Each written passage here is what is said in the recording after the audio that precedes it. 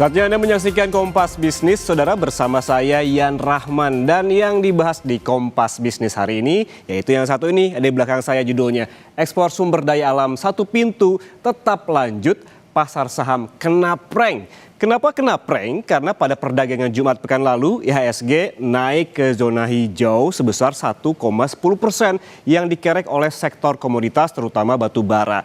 Diduga kenaikan ini terjadi setelah ada kabar jika aturan soal ekspor sumber daya alam satu pintu melalui Danantara Sumber Daya Indonesia akan ditunda ke 1 Januari 2027. Namun Jumat petang, Menko Perekonomian Erlangga Hartarto justru membantahnya dan menegaskan jika kebijakan ekspor satu pintu tetap lanjut pada 1 Juni tahun ini. Berikut pernyataan lebih lengkap dari Menko Perekonomian Erlangga Hartarto. Laporkan terkait kemarin pertemuan dengan para asosiasi pengusaha, baik dalam maupun luar negeri, sosialisasi dari devisa hasil ekspor dan sosialisasi daripada ekspor melalui badan usaha milik negara dan antara sumber daya industri, dan hampir dari seluruh asosiasi baik dalam maupun luar negeri mereka mengapresiasi kebijakan yang diambil oleh pemerintah dan mereka siap untuk bekerja sama dengan badan yang dibentuk oleh pemerintah. Ini akan berlaku kan mulai 1 Juni. Langsung ya, implementasi kan ada tahapannya, tapi mulai berlaku 1 Juni. Fullnya nanti kita evaluasi 3 bulan. Ya, sebelumnya saudara, Presiden Prabowo Subianto membentuk BUMN khusus ekspor bernama Danantara Sumber Daya Indonesia alias DSI. Dengan demikian nantinya ekspor sumber daya alam akan dikelola satu pintu melalui BUMN yang sudah ditunjuk ini. Langkah ini diumumkan oleh Presiden dalam rapat paripurna di gedung DPR RI Rabu pekan lalu, di mana komoditas yang diatur mulai dari kelapa sawit, batu bara, hingga paduan besi ataupun ferroalloy. Implementasi kebijakan yang diatur peraturan pemerintah ini akan dilakukan secara bertahap untuk memberikan penyesuaian terhadap perubahan proses transaksi ekspor antara eksportir dan juga pembeli luar negeri. Tahap transisi ini akan mulai berlaku mulai 1 Juni hingga 31 Agustus 2026.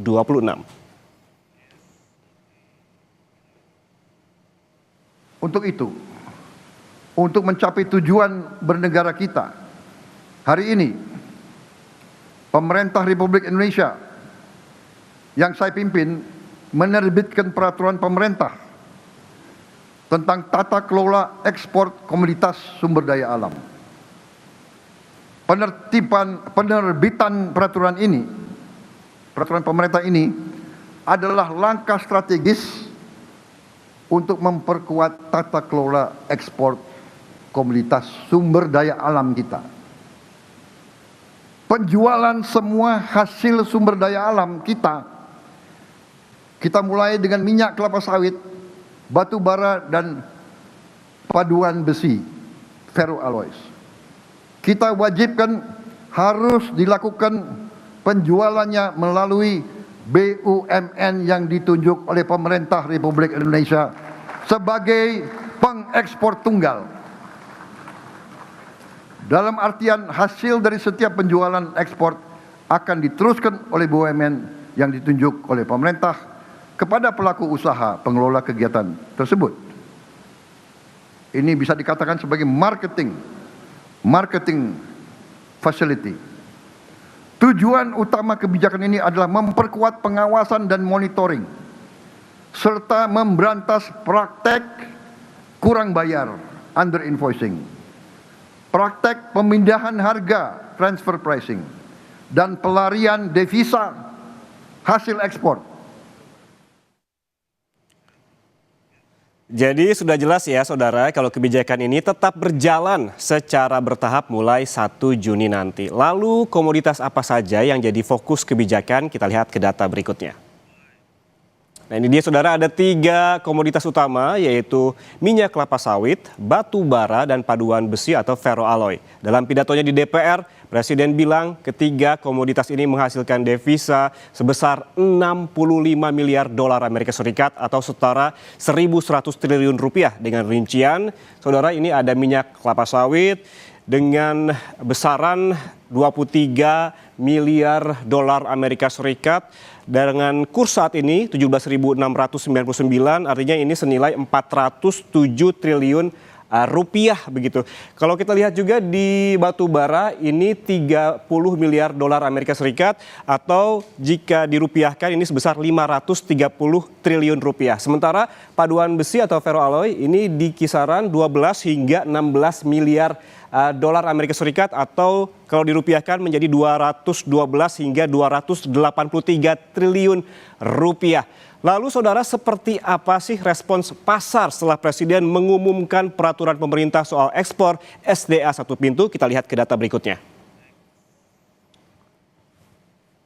Ini dia kinerja IHSG saudara kemarin, di mana saham respons negatif di hari yang sama pidato Presiden di DPR yang mengumumkan soal ekspor SDA satu pintu pada Rabu 20 Mei. IHSG langsung melorot, ditutup turun 0,82% ke level 6.318 di sini nih di 20 Mei.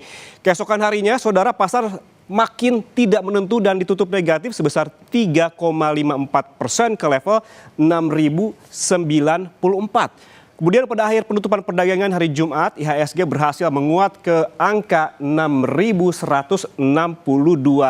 Ditenggarai karena pasar menduga saudara kebijakan ekspor satu pintu akan ditunda pada Januari 2027 yang ternyata kabar ini dibantah oleh pemerintah.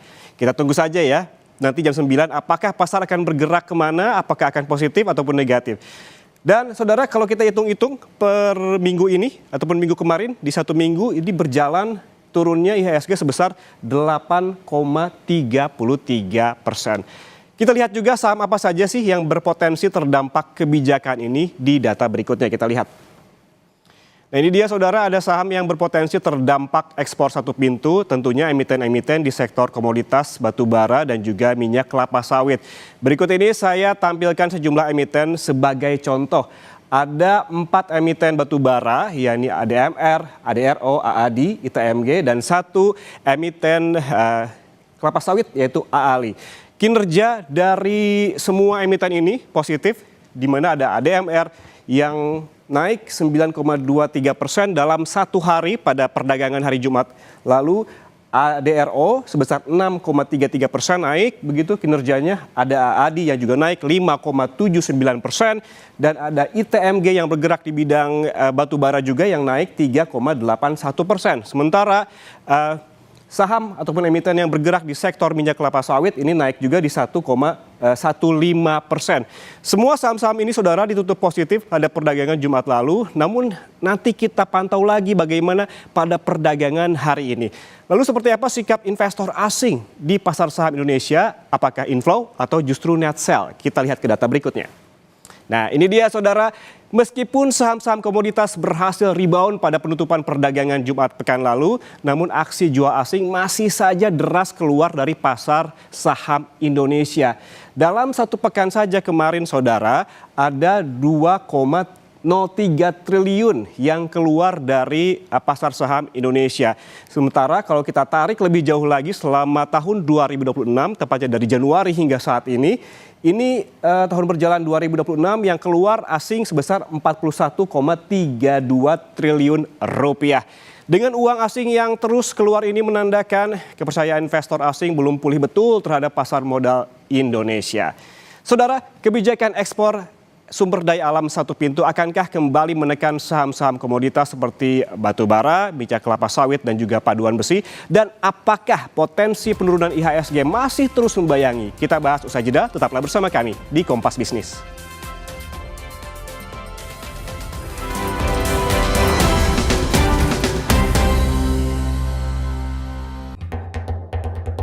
Nyalakan semangat berbagi. Perjalanan menyusuri jejak kejayaan Islam yang menginspirasi umat muslim di seluruh